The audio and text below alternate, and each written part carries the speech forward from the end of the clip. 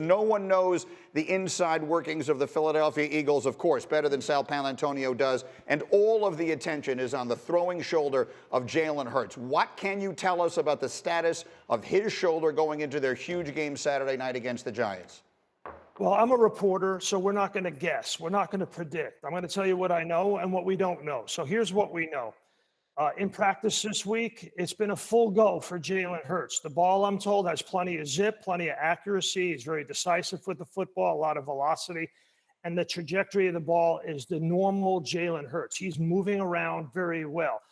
Nick Sirianni has taken the restrictor plate off and told him it's time to go. And that is the message that Jalen Hurts has told his teammates behind the scenes. As Bart Scott said earlier, by any means necessary, we got to get it done. But what we don't know, Greeny, is very important. We don't know how that shoulder is going to react after he gets hit. Everybody's eyes will be on number one, pregame and during the game. How is he moving? How is he throwing the ball downfield? After he gets hit, how does he react? All of those things are unknowable. And when you have a great unknown like this, it adds so much suspense and drama to a football game or to a story like this. It really can't be overlooked. It really can't be overstated. Here you have the MVP candidate through the first 14 or 15 weeks. We haven't really seen the full Jalen Hurts for a month. It's a great unknown. It's the great drama of this weekend. How will Jalen Hurts play? And how will that shoulder react after get hit? Everybody on that panel will tell you, who's an athlete, knows that a shoulder injury like that is easily re-injured. So it's very important to watch how Jalen Hurts reacts after he gets hit. Stay with me, Sal. I want to keep you here for the conversation, but let me bring this to the table. Yesterday, Rob Ninkovich, and you played defense a long time in the NFL. When I asked Chris Canty, how will the Giants approach this game? He said to me, Greeny, they're going to check his oil. What does that mean, and how will they do it? Huh? Well, don't look at me. I would drop some weight on him. Like, check his oil. Right. Is that not a phrase you're familiar with? That's basically what he was saying. Yeah, you're going to check him. You're going to make sure that his shoulder is healthy enough to sustain. But how?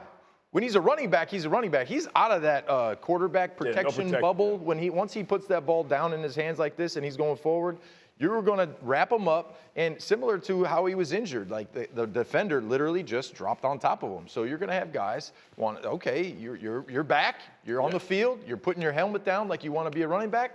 We're going to hit you like a running back. So this is what it comes to. He has the protection. We all saw the ridiculous flag that Dexter Lawrence got in the game against Kirk Cousins the other day. He has that protection when he's a passer.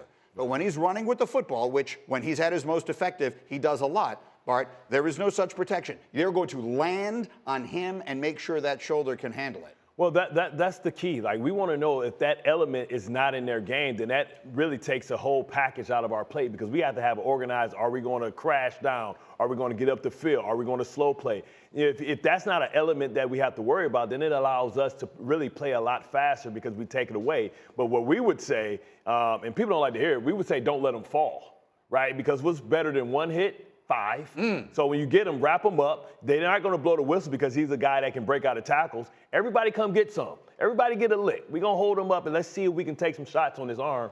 Well, that's another thing, too. When they're running that option play, as an outside linebacker, defensive end, you can either slow play that or you can fast play that, and you can change that up. So if you're running this read option type play, and instead of crashing, you just say, I'm going to go hit his upfield shoulder. And it's a coordination. I'm going to go get him, and everyone understands, okay, this play we're going to hit him, next play we're going to slow play. So if I were to say, Damien Woody, that I feel like the entire game comes down to this. The Eagles are a better team than the Giants if Jalen Hurts is most of himself. They were the best team in the NFL this year when he was most of himself. But if he is compromised, if he isn't able to do all of these other things that he does besides throwing the football, this feels to me like it becomes pretty close to a dead-even game. Is that overstating it? No, it's not overstating it, because the quarterback design runs are such a huge part of the Philadelphia Eagles offense. It's what makes their offense so dynamic. When you have, and we always talk about, when you talk about the running game, it's a numbers game, right? Like, there's a difference between 10 on 11 and 11 on 11 when you got a quarterback that can run the ball like Jalen Hurts. If he can't run the ball, advantage, in my opinion, shifts towards the Giants. I think the key is when Sal said what we know, what we don't know, right? What we know is things are better than they were 2 weeks ago. He is doing more in practice. What we don't know is really how it's going to affect his performance and their ability to design a game plan and call plays around it, right? Because if he is compromised, if he is limited, and if he is in danger of hurting that thing worse by taking a hit, they could run him less. They could put fewer plays where he's obviously in harm's way. So I think it's going to be something that affects them going forward because I don't think he's full strength the rest of the way. Thank you for watching ESPN on YouTube. For live streaming sports and premium content, subscribe to ESPN+.